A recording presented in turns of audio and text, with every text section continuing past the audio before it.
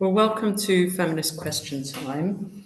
It's brought to you by Women's Declaration International, which is the leading global organisation promoting women's sex-based rights against the threats of gender identity ideology. There's more information on our website, which is at womensdeclaration.com. And you can read our declaration there, which has been signed by over 38,000 people from 160 countries and is supported by 531 organisations. We've got volunteer activists, including country contacts from every continent, and do join us either by clicking on a button on the website or by sending info to or news to info@womensdeclaration.com. First of all, in this webinar, we're going to hear from Kerri Bruss from USA, a roundup on what's going on in the news. Then we're going to hear from Samantha Brown, Canada, an update on Canada. Then we're going to hear from Josephine, Jo Burden, who is going to talk about a resistant life. And there's lots of really interesting stuff she's going to be telling us about. Then we're going to have a report from Australia of what's going on in Australia from Megan, who's the country contact along with Anna Kerr. Right, so we're going to hear first from Sam, who is the Canada country contact, and she's going to give us an update on what's happening in Canada. So thank you so much, Sam, and over to you. So I'm going to talk about what's been going on in Canada recently and the changes we've seen with support for gender ideology and what many like to call the rainbow mafia. In the last couple of years, there's been a major shift in public support for gender ideology, which is great. Many of us have been waiting what feels like forever for this to happen. The problem is that our government, all of the human rights organizations, and basically every institution with any real power in Canada has been completely captured by trans rights activists. The more people wake up to what's going on, the harder they push back, of course. And forgive me for jumping around a bit here. A lot's been going on in Canada, and a lot of the events overlap each other. I've done my best to keep things in order.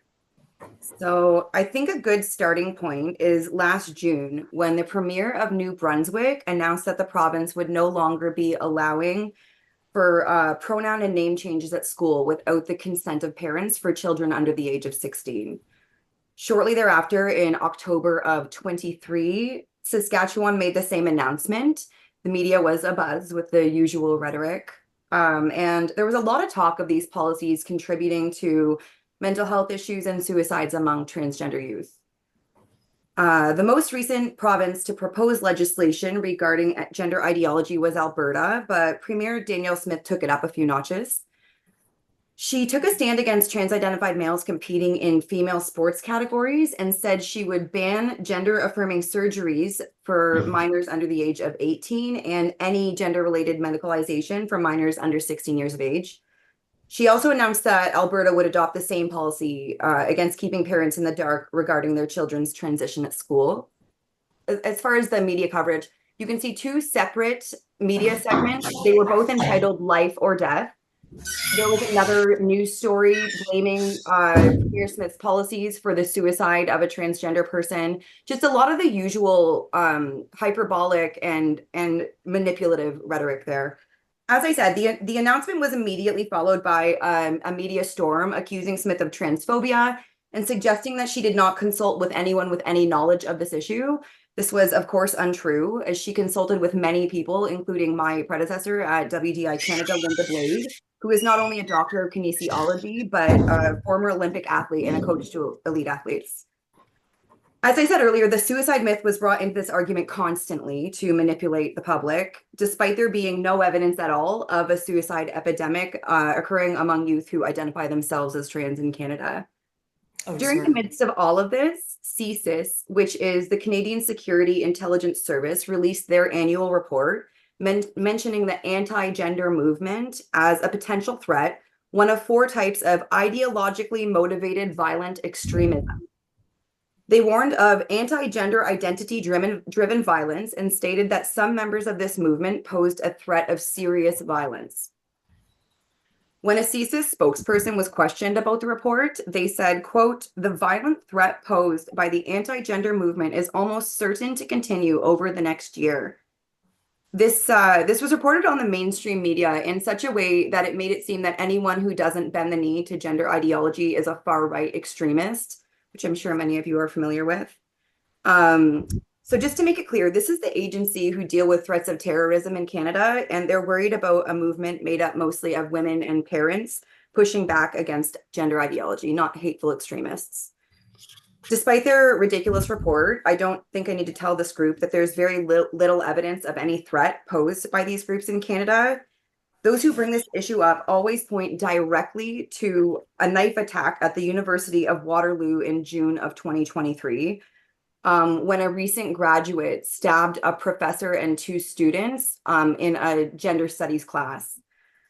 This is the only example they have, and they weren't even certain that this was an anti-gender motivated attack, although they very much try to draw the lines there to connect them. Thanks to the CSIS report combined with media fear-mongering, Marcy Ian, who is the Minister of Women and Gender Equality and Youth, just announced for the second year in a row that the Trudeau government would be providing an extra $1.5 million in funding for enhanced security during Pride season for Pride events. She stated that, quote, this should give us great pause. These are not the kinds of funding announcements that we want to make ever, but we need to make them because communities have been clear they need this protection. Hatred is on the rise. This was followed up by Trudeau, who said, the fact that governments have to step up to invest more security in these recent times for pride parades across the country, it reminds us how vigilant we need to be, how unapologetic in our celebrations. So the thing about this is that pride celebrations don't need any additional security at all. Despite the fear-mongering our media constantly engages in, trying to convince any young person that's identifies as any flavor of the rainbow that people who disagree with them are all motivated by hatred and bigotry, I can find no evidence of any attack at a pride event in recent years. Our government and the media they've purchased are constantly pushing the narrative that there's an epidemic of violence against trans people in Canada. But if you actually look into it, it's just not happening, which is why they all go back to the Waterloo knife attack. It's all they've got. So they're providing millions of dollars to provide security for a group who don't need it. But the women who are often threatened with violence or physically attacked, for instance, BC nurse Amy Ham, who was unable to attend the annual Vancouver Rape Relief Walkathon just a couple of weeks ago due to violent threats made against her. And Megan Murphy, who has had numerous men attempt to physically attack her. They get exactly $0 from our government for protection. On Trans Day of Remembrance, the narrative of trans genocide is always pushed, but in truth, there hasn't been a trans person murdered in even a suspected hate crime in Canada in well over a decade. And even that incident was not confirmed as a hate crime. In 2019, there was a trans-identified male known as Julie Berman murdered. He's pictured there just on the bottom left.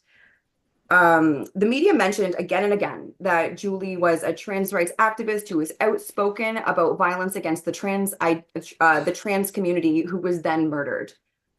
The coverage was intentionally very vague, alluding to the murder being motivated by hate. The truth of the matter was that Julie was murdered by a sexual partner in a fight over crack cocaine. This had nothing to do with the fact that he was trans-identified at all. This is a common theme, as I'm sure many of you are aware, in another death of a trans-identified person in Canada who is listed as one of those murdered on the site Trans Respect versus Transphobia. The individual died as a result of trying to stab a police officer with a knife. I say all of this to point out that the trans genocide is just as much a myth as in Canada as it is anywhere else. It's just not happening. As Anna Slatz from Redux put it in her response to Justin Trudeau's Trans Day of Remembrance post, there are more trans-identified males imprisoned for raping babies in Canada than there are victims of transphobic murders since 2019. And you can see one of those heinous individuals pictured at the bottom there. Meanwhile, a woman is murdered in Canada approximately every second day.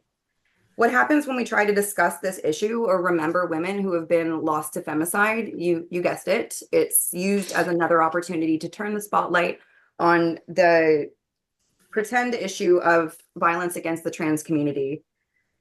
Even the National Day of Remembrance for the Montreal Massacre, which for anyone who doesn't know, was an event of mass femicide in 1989, where 14 women were gunned down at a university in Montreal.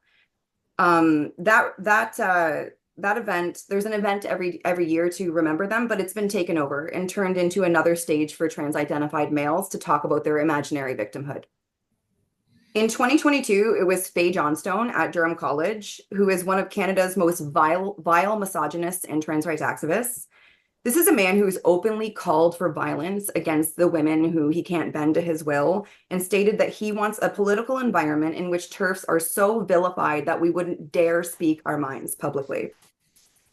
And he's giving the keynote address he was giving the keynote address at an event meant to honor 14 women who were murdered by a misogynist extremist.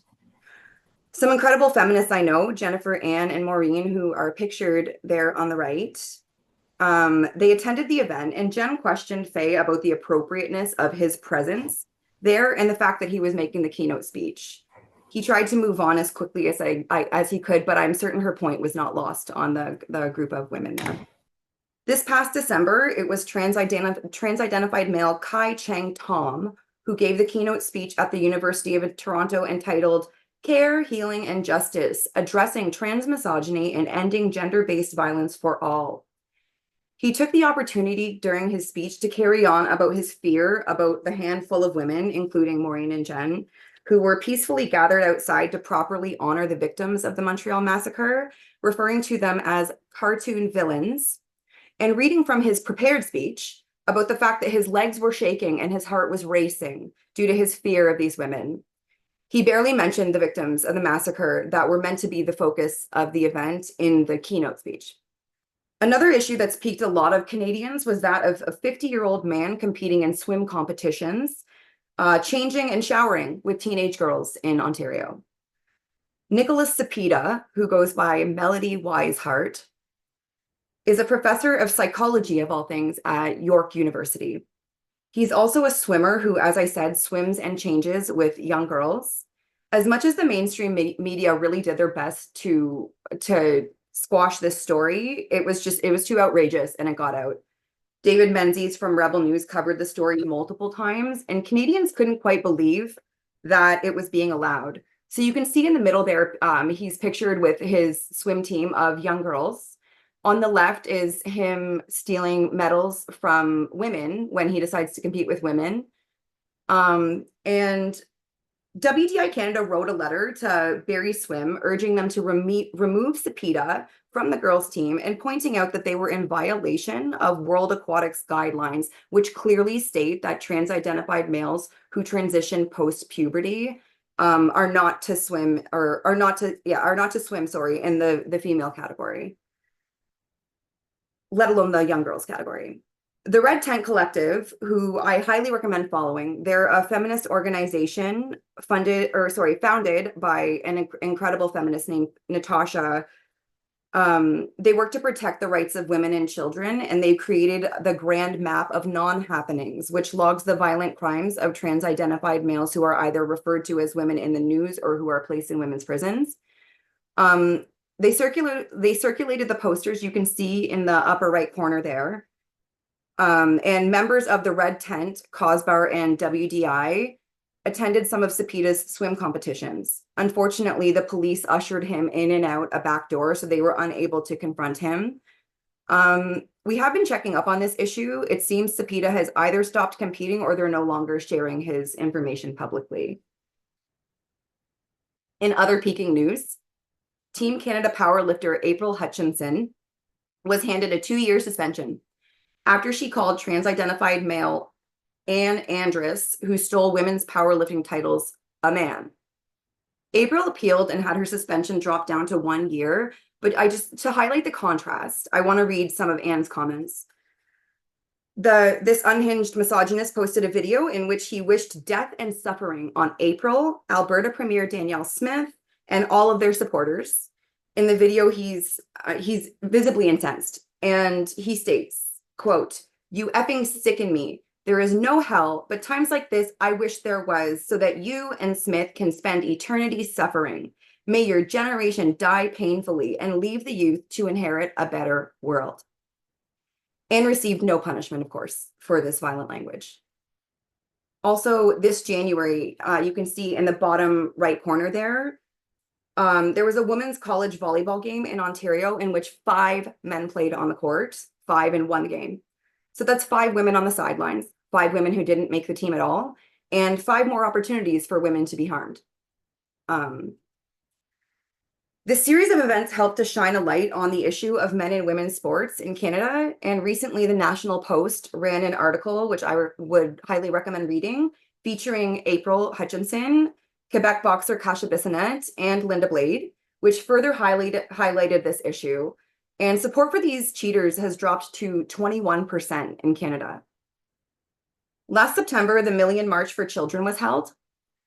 This event was a massive success with enormous crowds turning up in nearly every major city in Canada.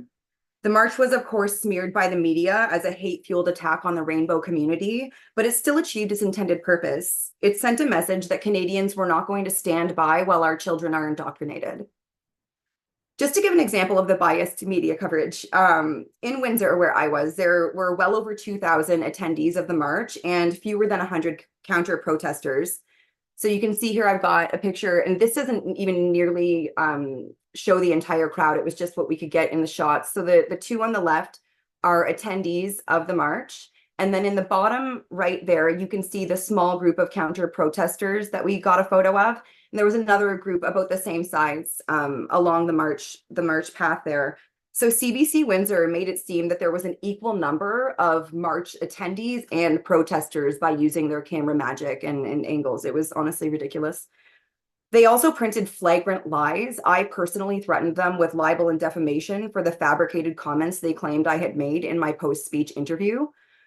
They apologized and corrected the story, claimed they were paraphrasing, but they know as well as I do, no one's going back to read those corrections.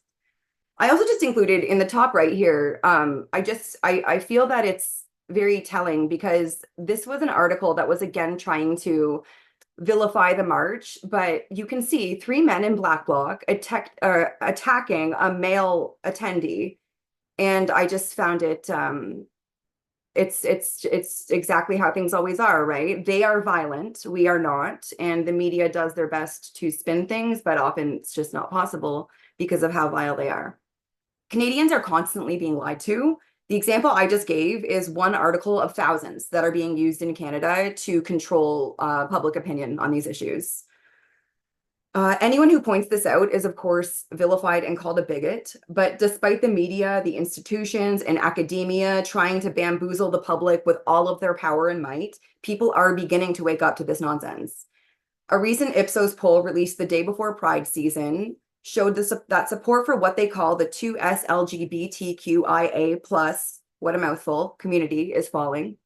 While the majority of Canadians still support gay and lesbian rights, such as marriage equality and adoption rights, support fell in nearly every other area.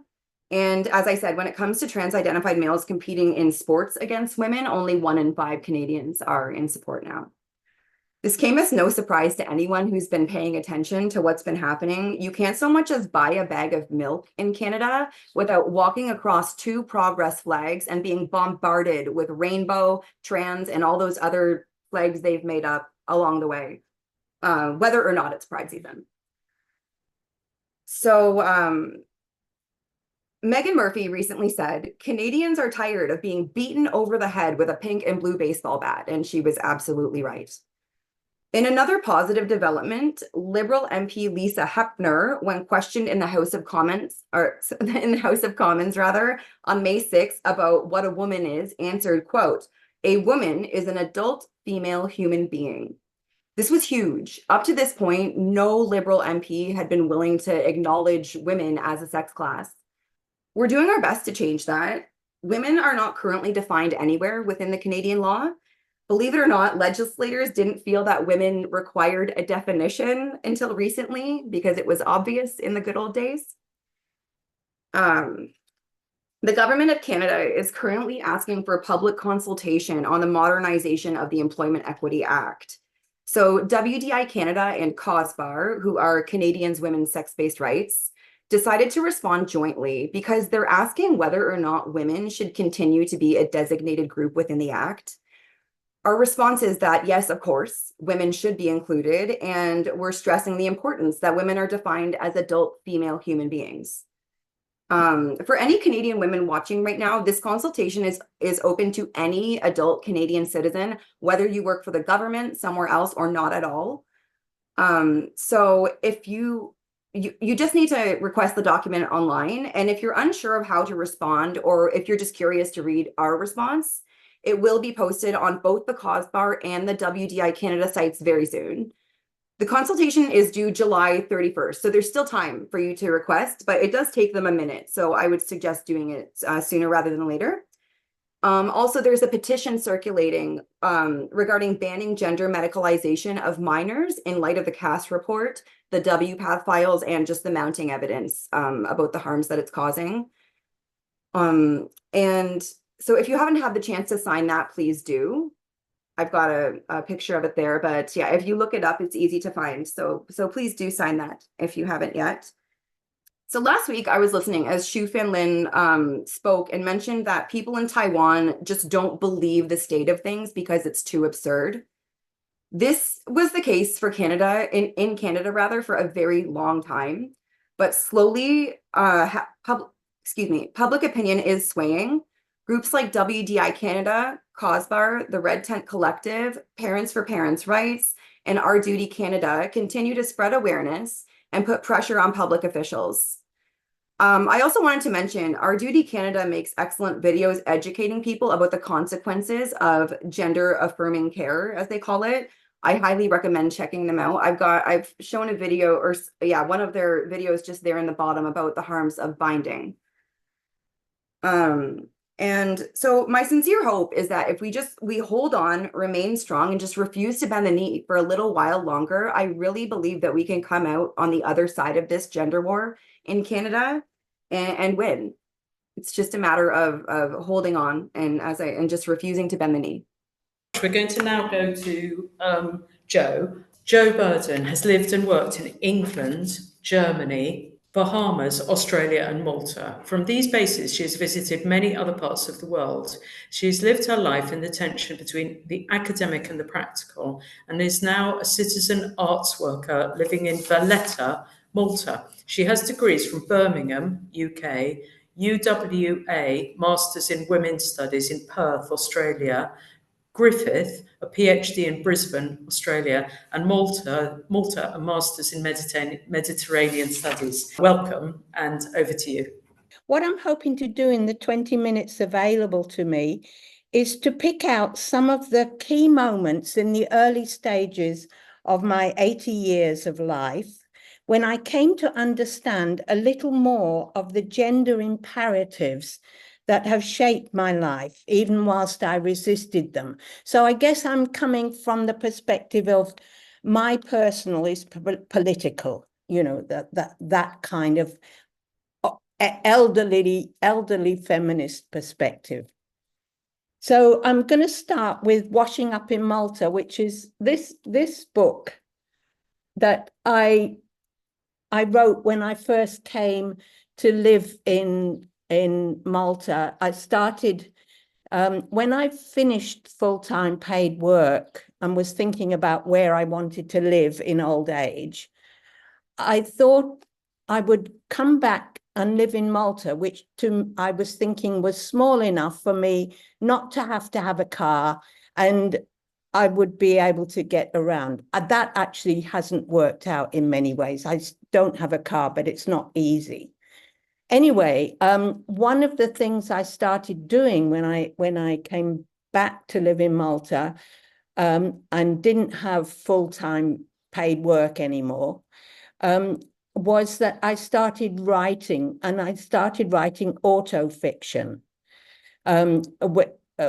If I don't know if people know about autofiction, but it's when you acknowledge that memory is fallible, that we fill in the gaps, we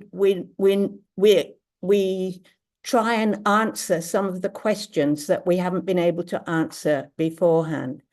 So that's what I started doing. And again, this is me, this little girl here, and this is my mum next to me. And we're kind of in Scotland in the vegetable patch there.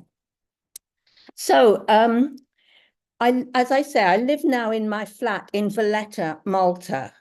I moved here from Brisbane, Australia in 2008, when I retired from full-time paid work as an academic in community cultural development.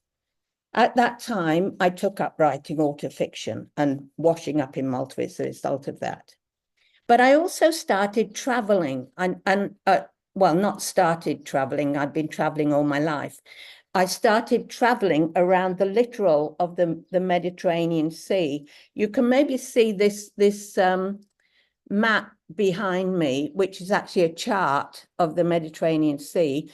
And Malta is way over here in the middle.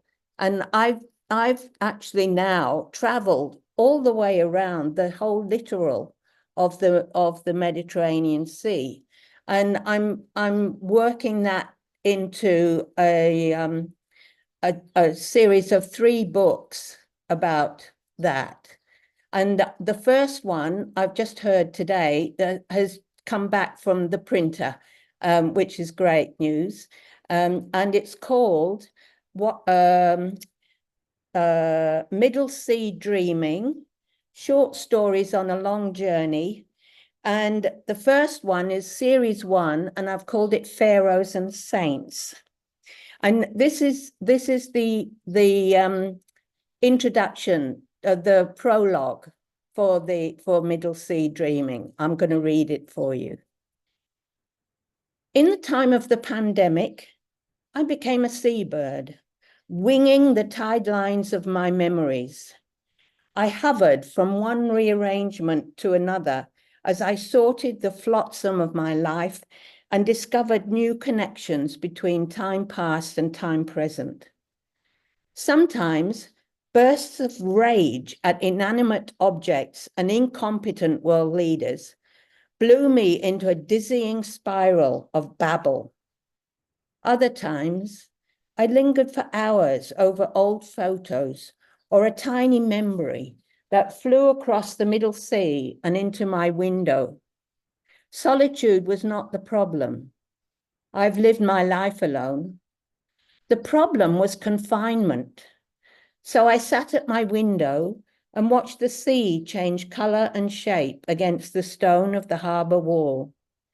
My memories changed shape in harmony with the waves, and new stories washed up along the tide line. Could I find my own dreaming of this sea that surrounds my home and opens out my confinement? When Odysseus set off on his journey around the Middle Sea, he left Penelope, faithful wife, at home in Ithaca. He fought for the rescue of Helen. He resisted the temptations of sirens. He succumbed to the immortal Calypso and was confined, like me, in Malta. In between his female distractions, Odysseus committed heroic and murderous deeds that are told and retold around the world in tidy stories.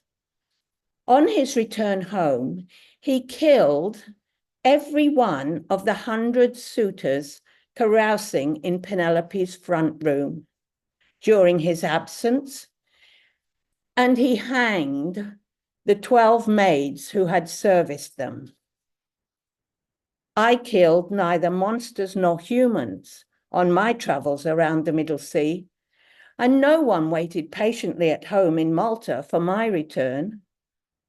I tell an old woman's story, born in the memories of a lifetime, foreshadowed by an inevitable end, seasoned by the dreaming of the Middle Sea.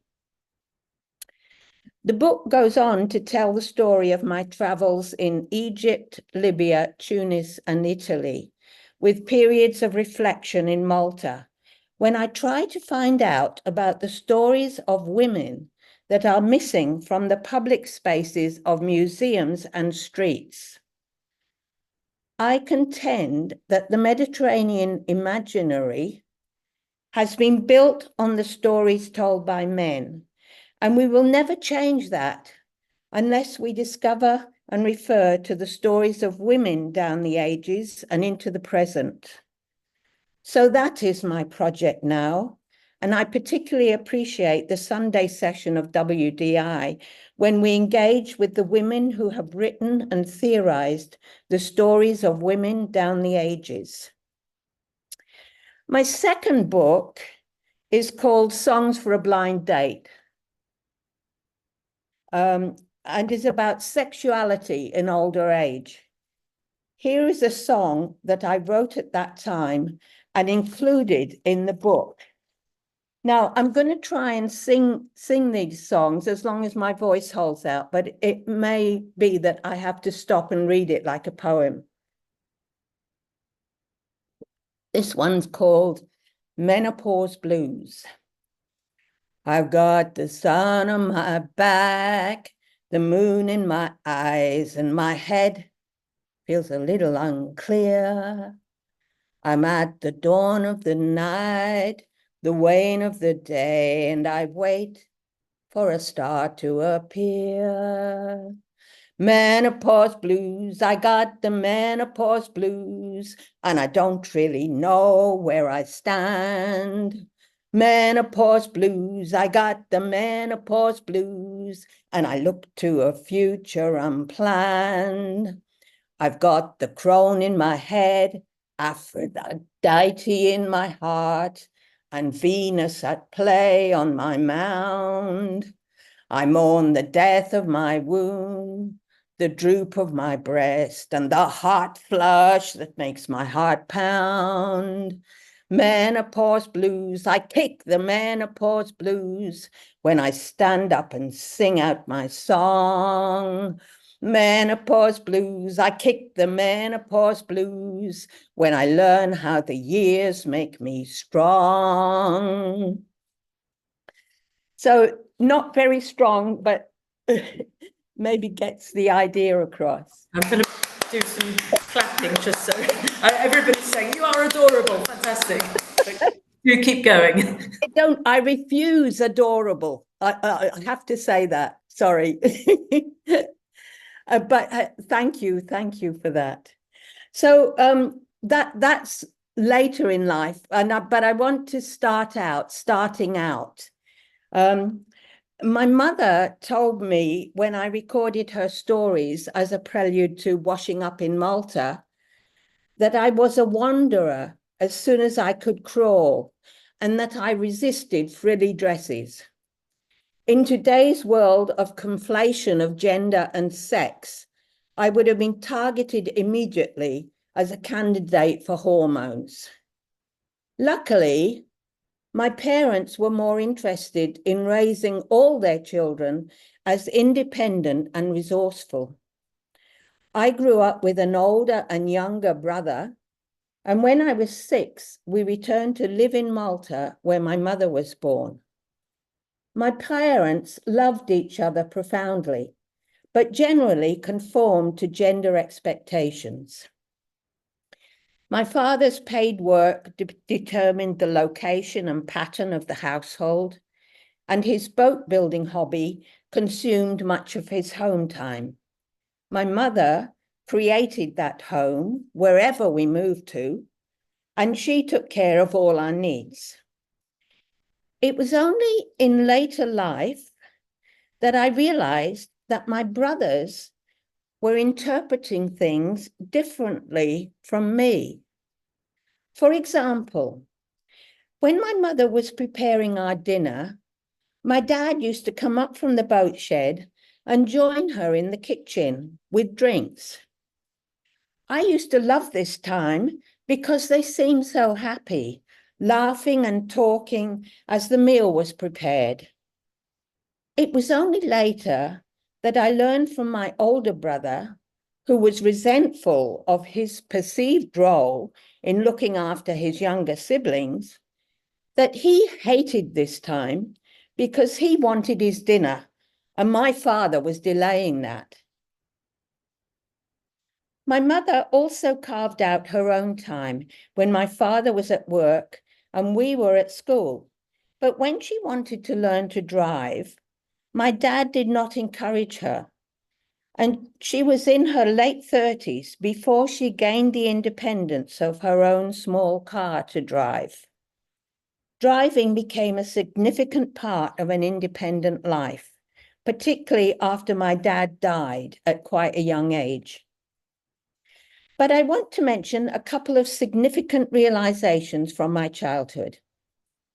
I used to play cricket with my brothers in the street near our house, where there was a high wall around the garden of a convent. When my brothers hit the ball over the wall, they used to make me stand in front of the door whilst they rang the bell and ran away, leaving me to ask for the return of the ball. I never really understood why they were so afraid of these kindly women who tried to help me.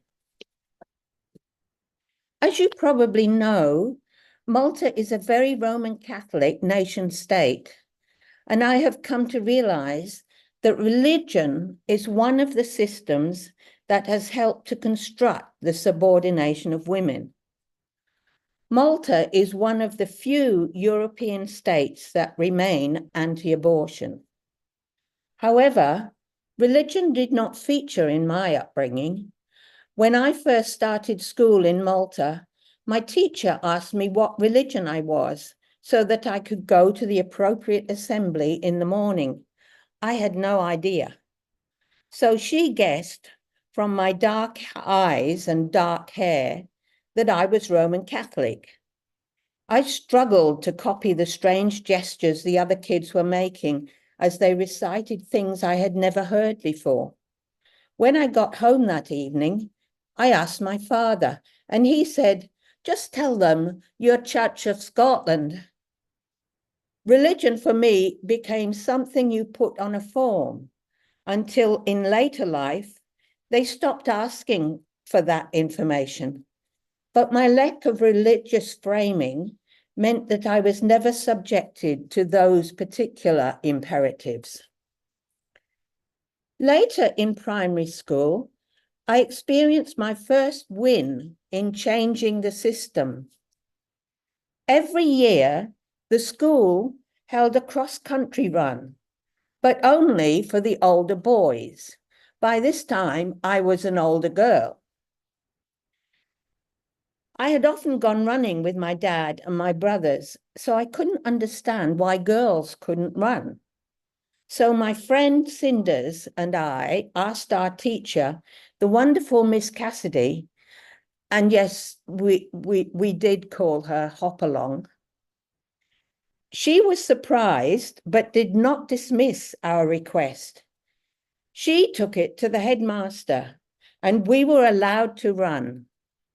Cinders and I ran the course side by side until the final stretch, when Cinders started sprinting and my shoe broke, so I had to finish with one shoe on and one shoe off. We didn't win, but we were well ahead of many of the boys, and we had broken a barrier. We returned to England and were living in Lincolnshire by the time I had my first period. I knew all about it because I was at an all-girls school and we had sex education lessons. Still, I wasn't prepared for a stream of blood down my legs when I got up in the morning. I called my mother for help, and she got all excited and raced out of the room, declaring to everyone, including my brothers, that Jo has become a woman. I just wanted to deal with the immediate problem of bleeding all over the carpet.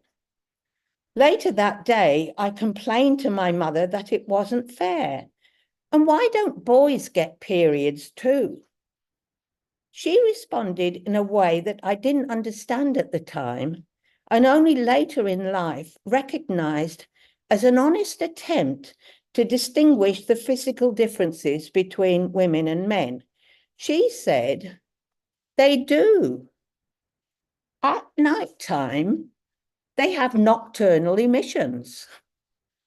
I had no idea what she meant, but didn't ask further. Thinking back, it's an interesting alignment of the inconvenience of bodily fluids. Here's a song I wrote much later in life when I was working in women's community theatre. And this one's called Starting Out. When a girl starts out, the circle sings, for her life holds others in her soul. And I'm going to carry on reading because my voice really is gone. When a girl starts out, her mother cries for her own sad longing to be free. When a girl starts out, she cries and sings, for both joy and pain are in her choice. I won't go into the full saga of discovering my sexuality.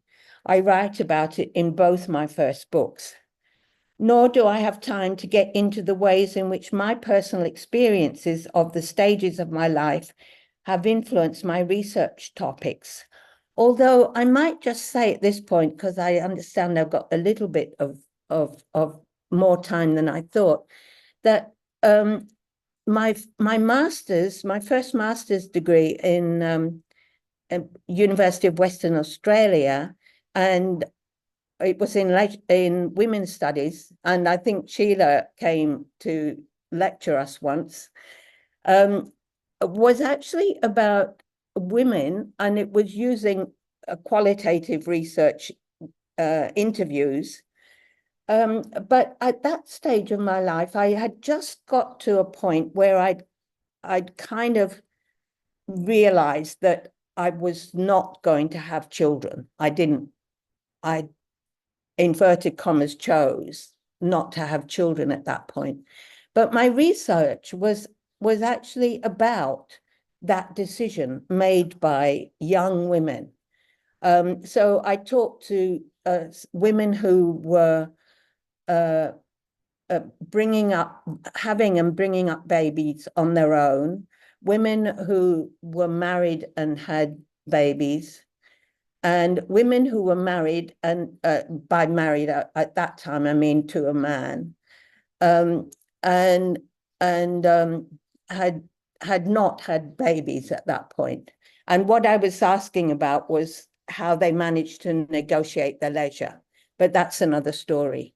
And I might just add that my PhD at Griffith University in Brisbane was again about that stage of life that I'd reached after 50. And I did 3 cycles of action research with older women, in which we drew on their stories to make theatre about how the so-called empty nest syndrome and losing a partner either through divorce or death were actually liberating for these women. They kind of started to explore all the things that they had put on the back burner all through their lives in order to bring up their children and look after their household. Anyway, let me just give one more story from the early part of my life. After I graduated with my first degree in physical education and psychology and avoided my first marriage commitments, I applied to teach physical education in Bahamas. I captained the Bahamas hockey team in the Caribbean Games. A male friend of mine, who was also a hockey coach, came to watch the match. Afterwards, he said to me, "You play hockey like a man." Now, he meant it as a compliment, but even then I knew there was something wrong, although I said nothing. I was a woman and I played hockey well, but at that stage I couldn't articulate that. So I'm going to finish with another song that I wrote for one of the community theatre shows that we group devised. And this show was called Fire Talk, and it was about, it showed a group of women, Aboriginal and non-Aboriginal, sitting around a campfire and telling stories about their lives. And I wrote this song and actually sang it at in this community theatre thing. I'm not going to sing it now because I'm really, yes, my voice is going completely. So it's actually called the Virgin Song, and this is how it goes. Stories about virgins are few in Australia, unless you're the mother of God. So here is a story to help you remember that virgins are made, they're not born. And I'll go on reading. For Virgo in Latin is not about hymens, it's more about woman herself. It's all about action. It's all about choosing. A virgin's a woman herself. Yes, Virgo is woman unto herself. She chooses her lovers, doesn't wait to be asked. And sometimes she chooses to sleep on her own, because lovers distract her from changing the world. Sometimes we virgins feel tired and alone. We have to find our way. Our way is hidden by clankings of heroes and tales about maidens distressed. We've lost all the stories about virgins of passion who are spinning a path for themselves, the stories of artists and writers of songs who make the world different by telling their tales. So all of you mothers who carry the world, we virgins are thankful if that's what you choose.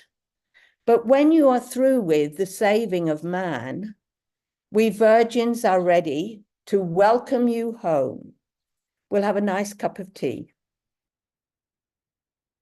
Great. Hello, everyone. And thank you, Kara, for joining us today. I'm so glad you talked about that.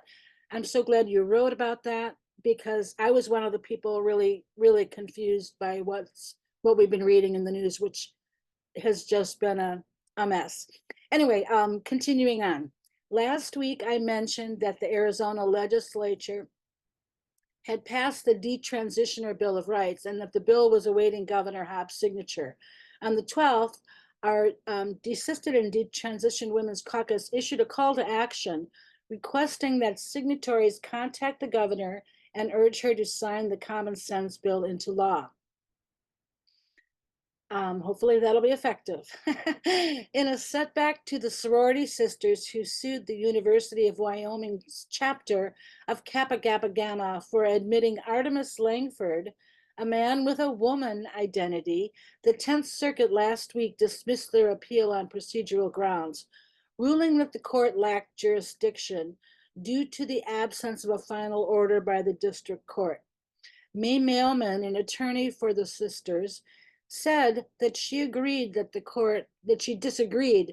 court lacked the jurisdiction to hear the case, adding, "Women deserve the camaraderie and safety of sororities, but unfortunately it also appears they first need courts brave enough to say it."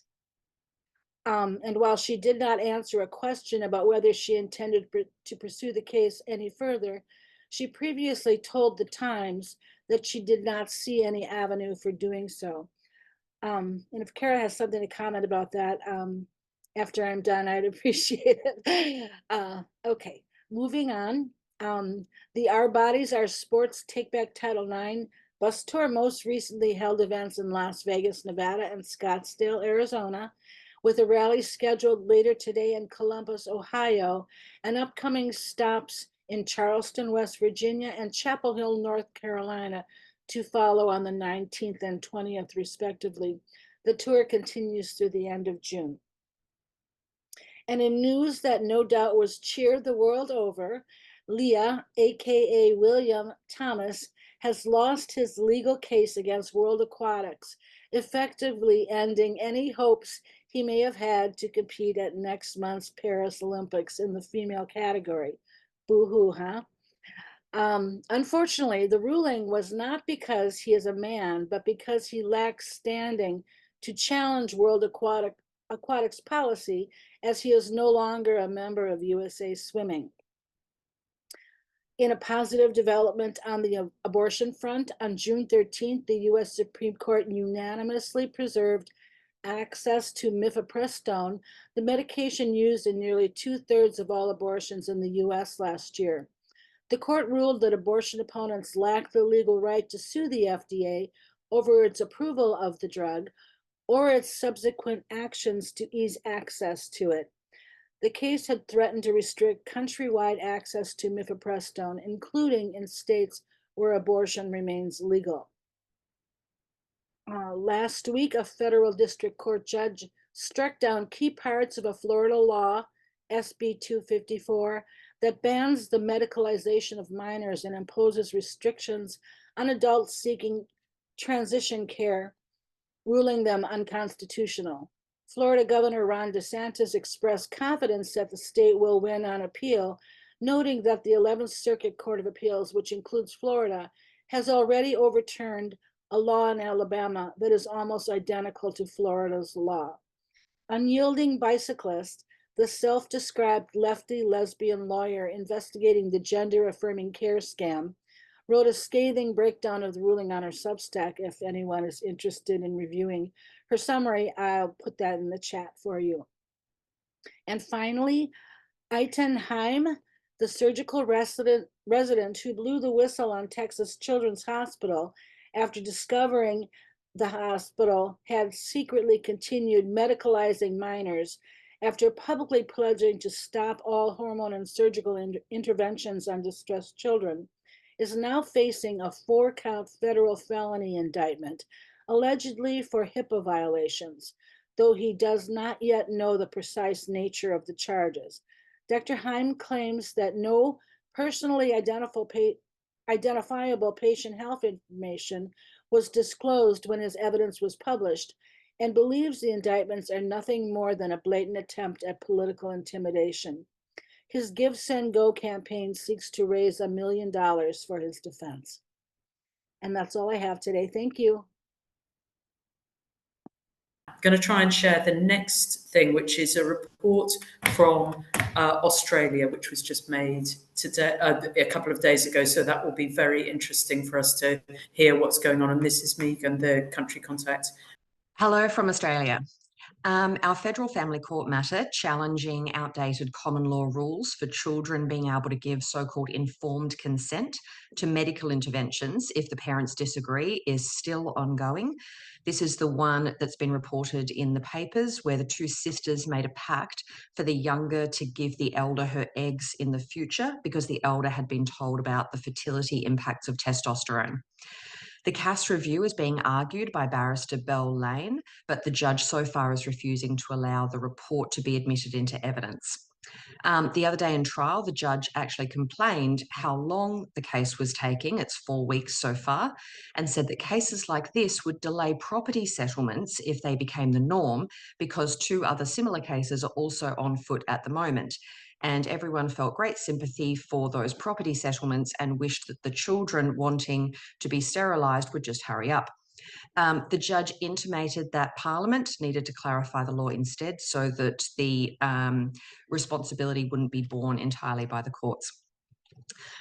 In the last fortnight, Liberal Senator Claire Chandler asked the E-Safety Commissioner in a Senate hearing about the officer's instructions on compulsory pronoun usage and actions that it's taken against some online posts that misgendered, and asked how that sat alongside the fact that a violent rapist can be housed in a women's prison in Australia and called she.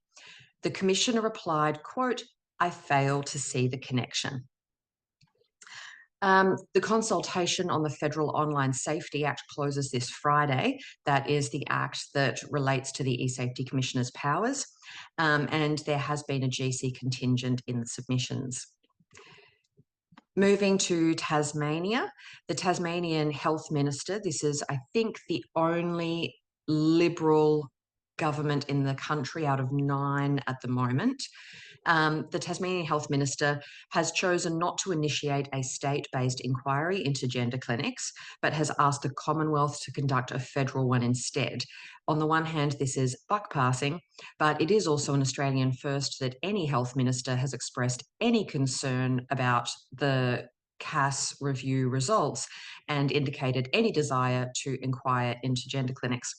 The Tasmanian Gender Service uses the guidelines developed by the Melbourne Royal Children's Hospital, and these are the ones that failed the review dismally in the CAS-initiated studies. Meanwhile, the Victorian Health Minister has described the CAS review as, quote, misinformation. The New South Wales Parliamentary Committee inquiring into the Omnibus Equality Bill, so-called, which includes self-ID for birth certificates, surrogacy, prostitution, child medicalisation and social transition, has declined to give an opinion on the bill and has referred it back to Parliament for debate. More buck passing. The 2-day hearing included women's groups such as the Feminist Legal Clinic, church groups, as well as pro-trans groups, and the committee's own public survey on the bill had 85% of over 13,000 respondents not support the bill. Only 13% of the public supported it without amendment and another 0.89% with amendments. I will put a link to the committee's report in the chat. Louise Elliott, councillor on Hobart City Council, tried to book a council room in 2023 for a women's rights meeting. Her booking request and her personal information was shared by the Lord Mayor with a pro-trans advocate outside government. This was Rodney Croom, who is the Rodney Croom who brought the UN human rights case years ago about Tasmania's criminalisation of homosexuality. Now he is a pro-trans advocate. Croom asked to meet with the Lord Mayor and asked that she refuse the booking, and both of these things happened. Documents and emails showing this were then withheld from a Freedom of Information request. Elliott filed a complaint with the Tribunal for Discrimination. Conciliation last week resulted in a public apology from the council and, we believe, financial compensation. Complaints regarding the breaches of privacy and the breach of freedom of information laws are ongoing. Just a few more things. The Australian Human Rights Commission held its free and equal conference on its proposed Federal Human Rights Act. An email was sent to speakers alerting them of the fact that CEDAW was omitted from this Human Rights Act proposal and there were no sex-based rights for women. Only one speaker responded. It was a law professor who said she was sure the concerns regarding omission of CEDAW, etc., would be covered during the session on gender. They were not. The panel consisted of 5 women and 1 man in a dress. They discussed the Tickle and Giggle case. It was largely misdescribed, but more importantly, it was actually argued as an example of human rights being infringed, not Sal Grover's, but the man who made the complaint, Tickle. The President of the Human Rights Commission, Rosalind Croucher, is coming to the end of her term, however. Her replacement is Hugh de Kretzer, former Director of the Human Rights Law Centre and CEO of Uruk Justice Commission, and he, so far, is entirely pro-trans. The Equality Rights Alliance, which is a network of NFPs that say they're coming together to advocate for gender equality and the human rights of women, girls, and people of marginalised genders. It works with the federal government and the UN. It's very influential. The pro-trans convener, Helen Daly Fisher, has resigned.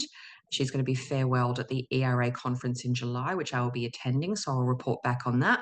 No news on replacement yet. However, the YWCA has announced that it will not be working with ERA in the future. We're not sure why.